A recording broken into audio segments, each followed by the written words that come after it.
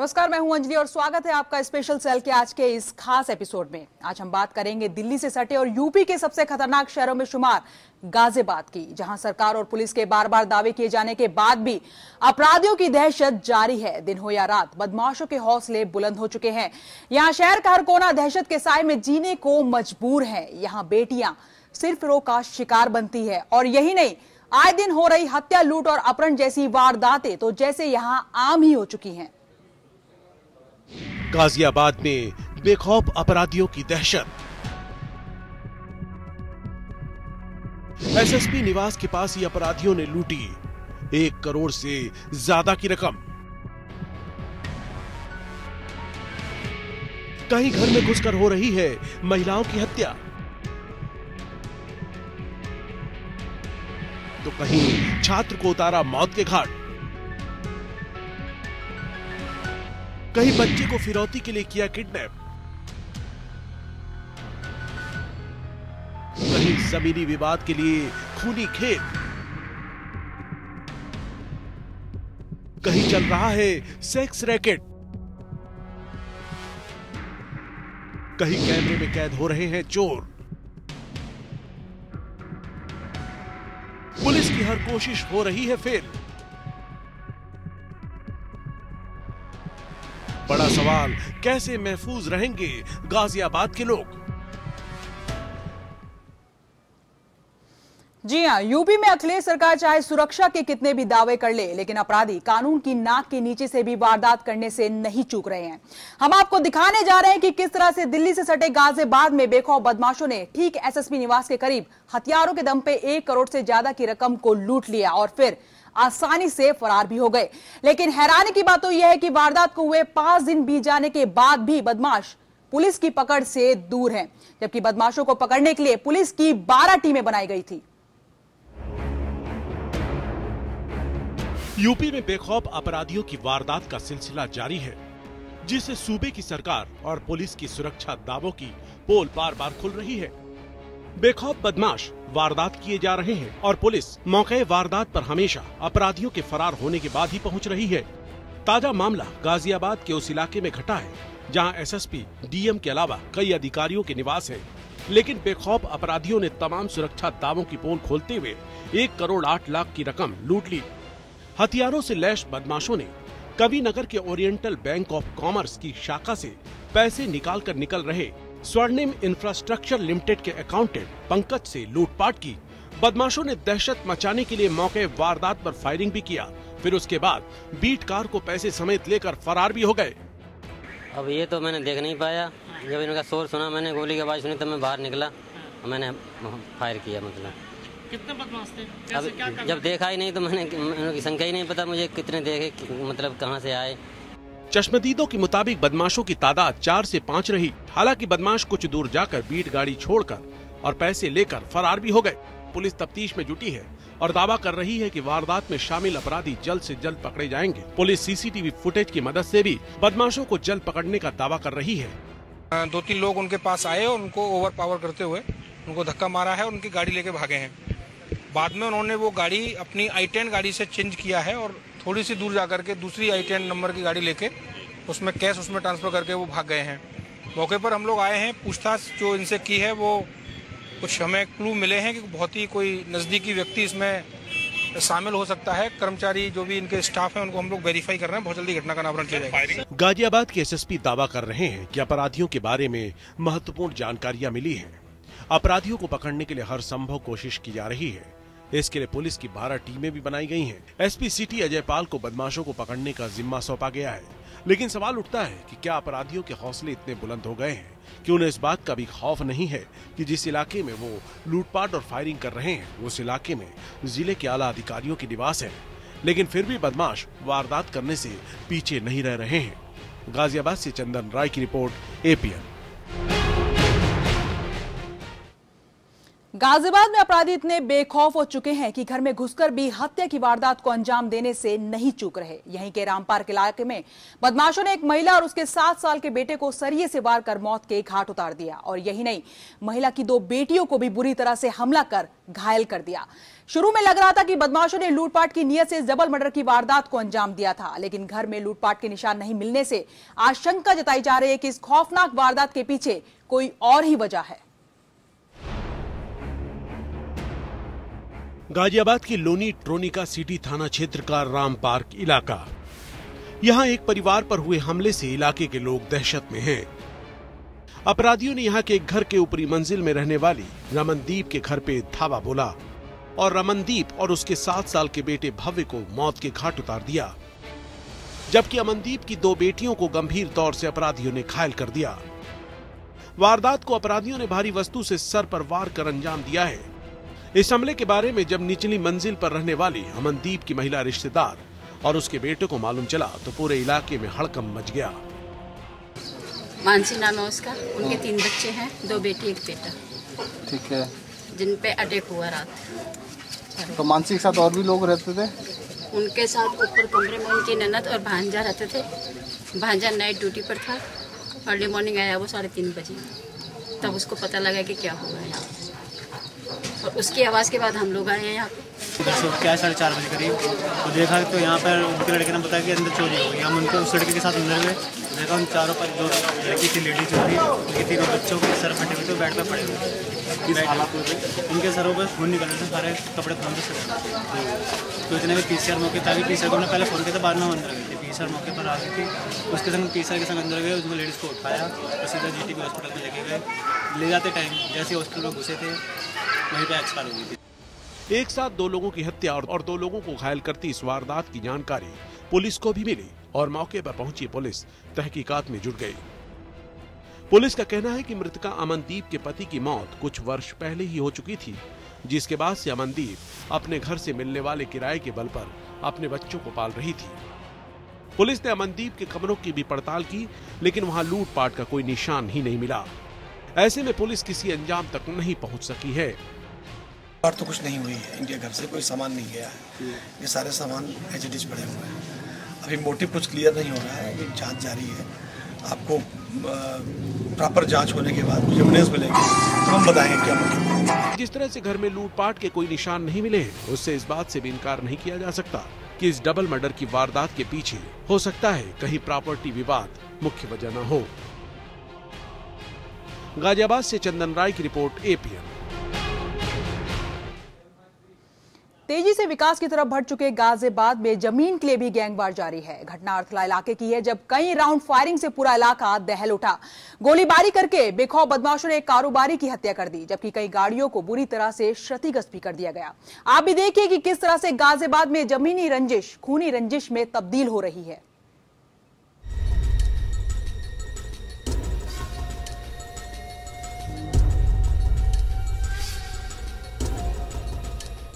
ये तस्वीर है जिला गाजियाबाद के अर्थला इलाके की, जहां ताबड़तोड़ एक के बाद एक कई राउंड फायरिंग की गई।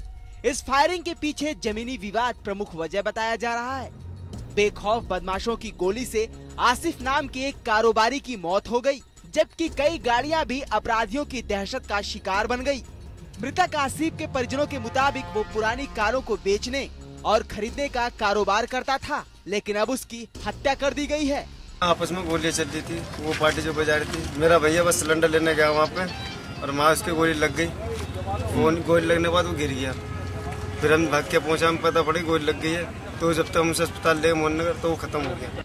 कई राउंड फायरिंग और एक कारोबारी की हत्या से पूरे इलाके में सनसनी फैल गई। मौके पर लोगों की भीड़ भी जमा हो गई और मौके पर पहुंची पुलिस ने किसी तरह बढ़ गए तनाव पर काबू पाया और मृतक के शव को कब्जे में लेकर पोस्टमार्टम के लिए भेज दिया और 2 लोगों को पकड़ने का भी दावा किया। न्यू इंडियन विहार में एक घटना हुई है, जिसमें कि एक युवक को गोली लगी है। जमीन में आपस का विवाद है दोनों पक्षों का। दोनों पक्षों में मारपीट हुई, जिसमें एक युवक को गोली लगी, जिससे कि उसकी मृत्यु हो गई। केस में गिरफ्तारी चल रही है, दबिश गई है। 2 युवकों को गिरफ्तार भी किया है और मुकदमा लिखा जा चुका है, कार्रवाई हो रही है। पुलिस जल्द ही बाकी बदमाशों को पकड़ने का दावा भी कर रही है। लेकिन सवाल उठता है कि क्या गाजियाबाद में पुलिस का खौफ जरा भी नहीं रह गया है? बदमाश शरेआम दहशत फैलाने में कामयाब हो रहे हैं। आए दिन यहाँ जमीनी रंजिश को लेकर खूनी खेल खेला जाता है, लेकिन फिर भी पुलिस की नींद नहीं टूटती है। जैसे ही एक और वारदात होती है, पुलिस हरकत में आ जाती है। गाजियाबाद से चंदन राय की रिपोर्ट, APN।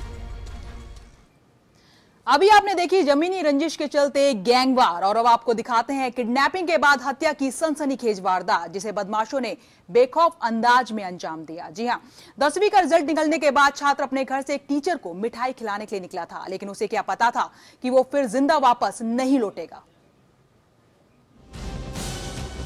यूपी में अपराधियों की दहशत का ताजा शिकार बने आमिर मलिक की यादें अब सिर्फ तस्वीरों में कैद रहकर रह गई हैं। 30 जून को गाजियाबाद के मुरादनगर इलाके के अपने घर से आमिर स्विफ्ट कार लेकर स्कूल के टीचर से मिलने पहुंचा था। आमिर 10वीं में अच्छे नंबरों से पास होने के बाद अपने स्कूल के एक टीचर को मिठाई खिलाना चाहता था, लेकिन घर से निकलने के बाद वो जिंदा वापस नहीं लौटा। परिजनों ने जब उसकी तलाश शुरू की तो उसकी कार मोदी नगर थाना क्षेत्र से जरूर मिल गई, लेकिन आमिर का कोई सुराग नहीं मिला। आमिर को गोताखोर 2 दिनों तक गंगा नहर में भी तलाशते रहे, लेकिन कोई फायदा नहीं हुआ। आखिरकार 4 दिनों बाद उसकी लाश बागपत के एक तालाब से मिलने से सनसनी फैल गई। मुरादनगर में जो ये बच्चा 4 दिन पहले गायब हुआ था 30 तारीख को, इसकी डेड बॉडी थाना चांदीनगर बागपत में मिली है, और जो पोस्टमार्टम वहां लोकल पुलिस द्वारा कराया गया है उसमें शरीर पर कोई चोट नहीं आई है। जब ये बच्चा गायब हुआ था तो अंतिम बार इसके पिताजी से बात हुई। ये मिठाई बांटने को अपने दोस्तों के पास जाने के लिए कह के निकला था, और इसके पिता ने इससे कहा, इसने फोन बंद कर दिया। तत्काल पुलिस ने टीमें बनाई और यहाँ तक पुलिस ने NDRF को इन्वॉल्व किया, और जो गंग नहर है उसमें कई किलोमीटर तक पुलिस ने छानबीन कराई, गोताखोर लगाए, आसपास के इलाकों से संपर्क किया। कल ये संपर्क हुआ और आज ये पता चला है कि वो डेड बॉडी उसकी शिनाख्त हुई है, उसी बच्चे की थी। पुलिस शुरू में आमिर की हत्या की गुत्थी को नहीं सुलझा सकी, लेकिन जब पुलिस ने आमिर के परिजनों से पूछताछ की तो बड़ा ही सनसनीखेज खुलासा हुआ। पुलिस ने पाया कि आमिर की हत्या के पीछे IPL मैच के दौरान आरोपियों से सट्टे को लेकर विवाद हुआ था, और उसी वजह से आमिर को 2 की तादाद में आरोपियों ने मिलकर पहले मुरादनगर इलाके से किडनैप किया, फिर उसे मौत के घाट उतारकर बागपत के तालाब में फेंक दिया। पुलिस ने वारदात में शामिल 2 आरोपियों को भी पकड़ने का दावा किया है। हालांकि आमिर के परिजन उसकी मौत के लिए पुलिस को कम जिम्मेदार नहीं मान रहे हैं। उनका आरोप है कि पुलिस आमिर को खोजने की बजाय सीमा विवाद में ही जुटी रही। पुलिस ने आमिर का सुराग पाने की कोशिश तक नहीं की, जिससे उसकी हत्या कर दी गई। गाजियाबाद से चंदन राय की रिपोर्ट, APN। और अब आपको दिखाते हैं एक ऐसी खबर जो आपको भी सख्ते में डाल देगी। जी हां, दिल्ली से सटे गाजियाबाद में जिस नौकर पर उसके मालिक ने सबसे ज्यादा भरोसा किया, वही नौकर निकला अपने मालिक का सबसे बड़ा गुनहगार। नौकर ने मालिक के 4 साल के बच्चे को फिरौती की रकम को लेकर अगवा कर लिया, लेकिन आखिरकार पुलिस ने बच्चे को सही सलामत बरामद भी कर लिया। गाजियाबाद के लोनी इलाके का रहने वाला ये मासूम अपने परिजनों की गोद में सही सलामत पहुंचकर भले अब राहत की सांस ले रहा हो, लेकिन इसके बीते कई दिन बेहद तकलीफ भरे रहे हैं। इसके पिता नासिर कपड़ा प्रेस करने का काम करते हैं, और बीते 26 मई की रात 8 बजे इसे जमीरुल नाम के इनके नौकर ने अगवा कर लिया। फिर आरोपी ने बच्चे को छोड़ने के बदले फिरौती के तौर पर 3 लाख रुपए की मांग की, लेकिन आखिरकार पुलिस ने बच्चे को बिहार के पटना से सही सलामत बरामद करने में सफलता पाई। 26 तारीख से 8 बजे रात में मेहताब नाम का लड़का था। मेरे पास नौकरी कर रहा था। क्या करते थे? कपड़ा धुलाई काम करता था। अच्छा, आपके यहाँ नौकरी करता था? अच्छा, कितने लाख की रंगदारी मांगी उसने? 3 लाख रुपये। कुछ दिए भी आपने उसमें से? दिए। कितना? 1.25 लाख। बच्चे के पिता के मुताबिक इन्होंने अपने कलेजे के टुकड़े को छोड़ने के बदले किडनैपर को कुछ रुपए भी दिए, लेकिन आखिरकार सर्विलांस के जरिए पुलिस इस तक पहुंची गई। पुलिस ने आरोपी के पास से वसूली गई रकम को भी बरामद कर लिया है। एक नौकर के किडनैपर बनने की इस वारदात ने एक बार फिर नौकरों पर से भरोसा कम कर दिया है। खुद पुलिस वाले भी लोगों को होशियार कर रहे हैं कि किसी नौकर को काम पर रखने से पहले पुलिस वेरिफिकेशन भी कराए। मकान मालिक हैं या जो नौकर रखे हुए हैं, अपने सभी नौकरों का वेरिफिकेशन करा लें। हमारे यहाँ ला करके उसको हम वेरिफिकेशन कर देंगे और बिना वेरीफाई किया हुआ आदमी न रखें, क्योंकि ऐसे लोग अपराधी भागे हुए होते हैं दूर दराज के, उनके मन में अपराध का कीड़ा होता है जो छोटे बच्चों को लेके भाग जाते हैं। अभी यही घटना हुई थी टोलिका सिटी में, जहाँ से बट्टा गोडार से बरामद हुआ था, ये बच्चा वहाँ से बरामद। इस बच्चे के सही सलामत मिलने से परिजनों के साथ पुलिस भले राहत की सांस ले रही हो, लेकिन आज भी कई ऐसे बच्चे हैं जिन्हें किडनैपरों की चंगुल से पुलिस छुड़ा तक नहीं सकी है, जिससे उनके परिजनों की नींद उड़ी हुई है। गाजियाबाद से चंदन राय की रिपोर्ट, एपीएन। जी हाँ, जिस तरह से लगातार गाजियाबाद का क्राइम ग्राफ बढ़ रहा है, वहीं मंचलों की दहशत भी लगातार जारी है। करीब 1 महीने पहले शराब के नशे में मंचलों ने एक युवती के साथ न सिर्फ छेड़छाड़ की बल्कि उसके कपड़े तक फाड़ दिए। आरोप है कि जब युवती और उसके पिता ने 100 नंबर पर कॉल करके पुलिस को बुलाया तो पुलिस वाले युवती के पिता को ही अपने साथ लेकर चले गए और उन्हें रात भर पुलिस चौकी के अंदर बंद रखा। अब मीडिया की दखलंदाजी के बाद ही पुलिस ने आरोपी मंचलों के खिलाफ केस तो दर्ज कर लिया, लेकिन अब भी आरोपी पुलिस को चकमा दे रहे हैं।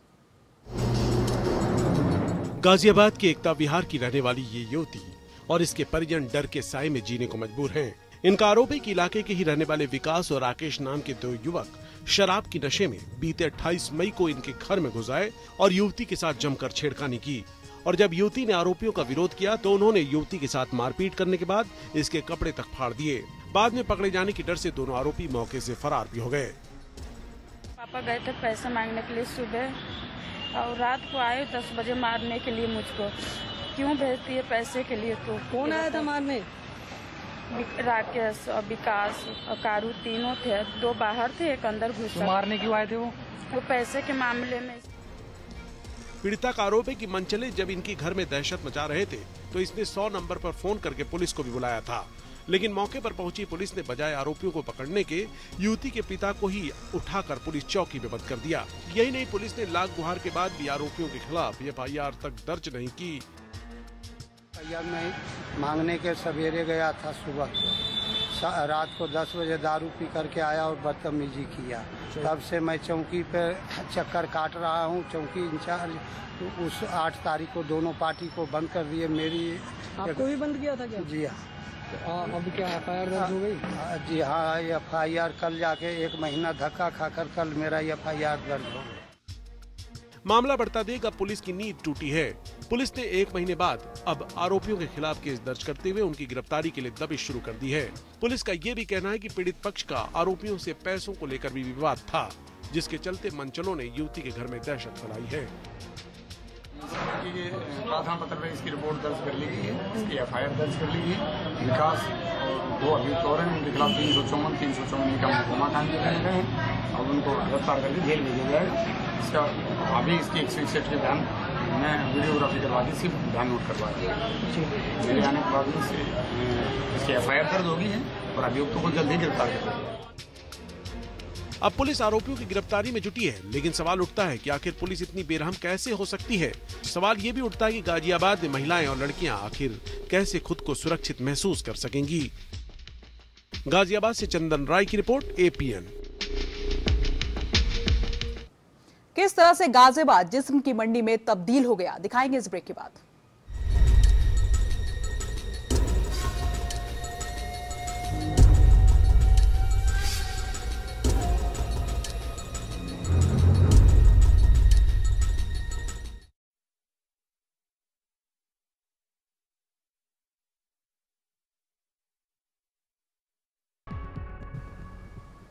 ब्रेक के बाद आपका स्वागत है।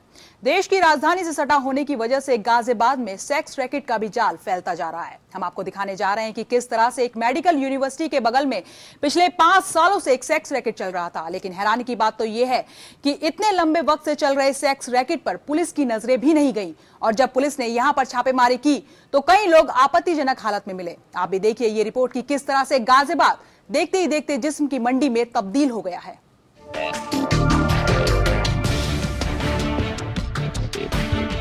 गाजियाबाद में रेप, मर्डर, किडनैपिंग और लूटपाट की वारदातों की ही तरह जिस्म का कारोबार भी अपना जाल फैला चुका है।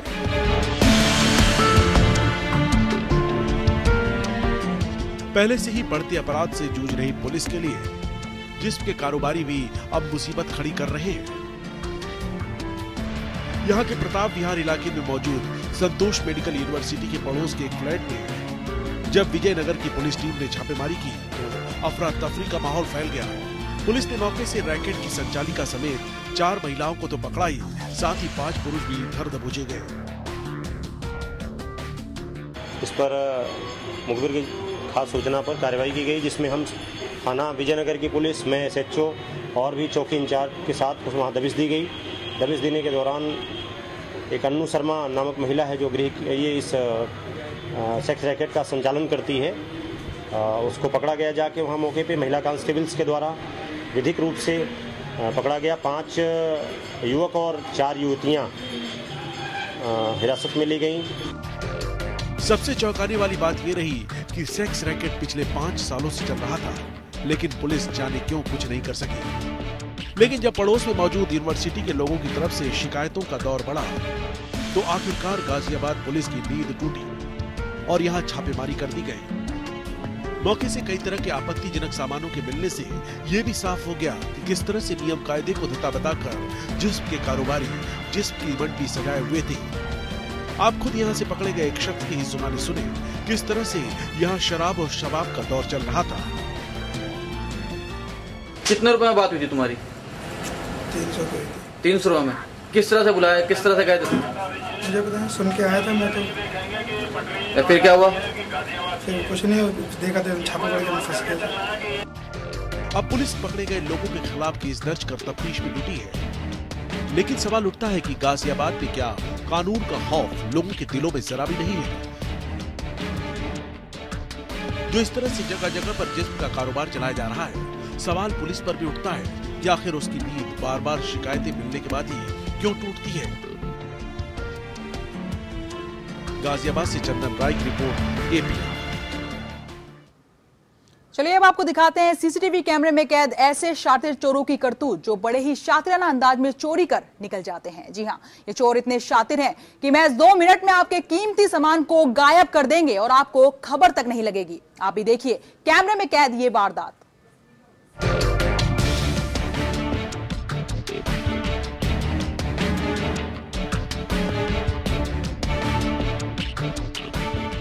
गाजियाबाद में किस तरह से शातिर चोर पलक झपकते किसी गाड़ी पर हाथ साफ कर देते हैं।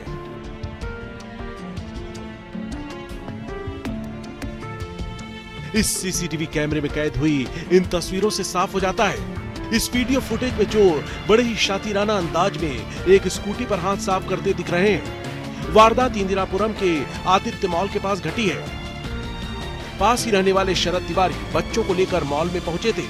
इन्होंने सफेद रंग की अपनी नई स्कूटी को मॉल के सामने ही पार्क कर दिया था, लेकिन जब शरद लौटे तो इनकी स्कूटी गायब मिली।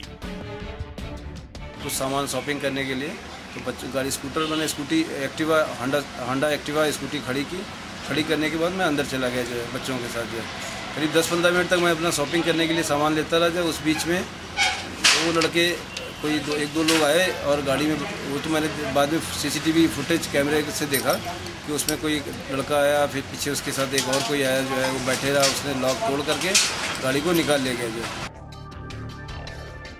आइए हम आपको दिखाते हैं किस तरह से शरद की स्कूटी पर चोरों ने पलक झपकते हाथ साफ कर दिया। इस फुटेज में आप देख सकते हैं कि 2 चोर स्कूटी के आसपास मंडरा रहे हैं। एक चोर स्कूटी पर बैठकर उसके लॉक को खोलने की कोशिश करता है, फिर उसके बाद वो स्कूटी से दूर जाकर अपने दूसरे साथी से बात करने का ड्रामा करता है और इस तरह से हरकतें करता है जिससे किसी को भी इस पर शक न हो। कुछ देर बाद चोर एक बार फिर स्कूटी के करीब आता है और फिर इसे लेकर पैदल ही चलता बनता है। चोरों को स्कूटी की चोरी करने में महज 12 मिनट का वक्त लगता है। स्कूटी मालिक शरद जब वापस आकर स्कूटी नहीं पाते हैं तो इनके पैरों तले जमीन खिसक जाती है और 100 नंबर पर फोन करके ये पुलिस को बुलाते हैं। फिर मैंने जब वो सब सारी घटना हो गई, घटना के बाद मैं फिर गया पुलिस 100 नंबर पे कॉल की, पुलिस को बुलाया, पुलिस ने कंप्लेन रजिस्टर्ड की। कंप्लेन रजिस्टर्ड करने के बाद फिर मैंने जो है मैंने कहा कि अब आप कंप्लेन रिसीव कर लो इसकी। तो उन्होंने कहा सर मैं नहीं रिसीव करता हूँ। तो फिर मैंने चौकी इंचार्ज के पास कॉन्टेक्ट किया था। पुलिस इस सीसीटीवी फुटेज के आधार पर चोरों तक पहुंचने की कोशिश कर रही है, लेकिन पूरे मामले को लेकर पुलिस की भी लापरवाही सामने आई है। पीड़ित का कहना है कि पुलिस ने चोरों की शिकायत किए जाने के बाद भी मॉल से सीसीटीवी फुटेज नहीं ली। बाद में पीड़ित ने जब खुद सीसीटीवी फुटेज को पुलिस को मुहैया कराया तो पुलिस जांच पड़ताल में जुट गई। गाजियाबाद से चंदन राय की रिपोर्ट, एपीएन। चलिए अब आपको दिखाते हैं कि आखिर लोगों को अब गाजियाबाद में डर क्यों लगता है। जो शहर अपनी खूबसूरती के लिए जाना जाता है, अब उस शहर में अपराधी किस तरह से अपना पैर पसार चुके हैं। बच्चे हो या बड़े, लड़कियां हो या महिलाएं, कोई भी सुरक्षित नहीं है। पुलिस की सुस्ती की वजह से अपराधियों के हौसले बुलंद ही होते जा रहे हैं। देखिए रिपोर्ट। उत्तर प्रदेश का एक शहर जिला गाजियाबाद, जिसका नाम गाजिउद्दीन के नाम पर पड़ा। राजधानी से लगे होने की वजह से ये शहर सड़कों और रेल से अच्छी तरह से जुड़ा हुआ है। वक्त के साथ साथ ये शहर और भव्य और खूबसूरत होता चला गया। यहां कई मल्टीप्लेक्स खुल गए, सड़कें चौड़ी हो गई, दिल्ली मेट्रो नेटवर्क से ये शहर जुड़ गया। न्यूज़वीक इंटरनेशनल ने 2006 में दुनिया के 10 सबसे प्रगतिशील शहरों में गाजियाबाद को शामिल किया। लेकिन इस शहर की खूबसूरती और भव्यता को किसी की नजर लग गई। इस शहर की खूबसूरती पर अंधेरा अपना पैर पसारने लगा। इस शहर को आतंक अपने शिकंजे में धीरे धीरे जकड़ता जा रहा है। यहां खूबसूरती के पैमाने जैसे बदल से गए हैं। जिला गाजियाबाद को अपराध और अपराधियों ने अपना डेरा बना लिया है। यहां लोग अपना आशियाना तो बनाते हैं, आशियानों में लोगों के कहे भी गूंजते हैं, लेकिन किसी कोने में वारदात की दहशत उनकी खुशियों में सेंध लगाने का काम करती है। यहां की ऊंची ऊंची इमारतों में छिपी है घटनाओं की फहरिस्त। कौन सी वारदात किसके साथ घट जाए कोई नहीं जानता। आधुनिकता की दौड़ में अव्वल रहने वाला जिला गाजियाबाद आज आतंक के साए में आंसू बहा रहा है। शहर के हर इलाके नई नई वारदातों की दास्तां बयां करते हैं। चौड़ी सड़कों पर खुलेआम चलना महिलाओं के लिए खतरा साबित हो रहा है। यहाँ के कोने कोने में वारदातें लोगों का बेसब्री से इंतजार करती हैं। लूट, मर्डर, रेप और डकैती लोगों की रोजमर्रा की जिंदगी में शामिल हो चुके हैं। सुबह को निकले लोग जब शाम को अपने घर परिवार के बीच सही सलामत लौटते हैं तो घर का माहौल किसी त्योहार से कम नहीं होता। यहाँ लोग रहते तो हैं, लेकिन अपनी जान जोखिम में डालकर। कब कौन किसके खून का प्यासा हो जाए कहना मुश्किल है। जी हाँ, ये है जिला गाजियाबाद की सच्ची तस्वीर, सच्ची दास्तान। आतंक का शहर Ghaziabad. Crime desk, APN. Special cell में आज बस इतना ही। इसी के साथ हमें दीजिए इजाजत। नमस्कार।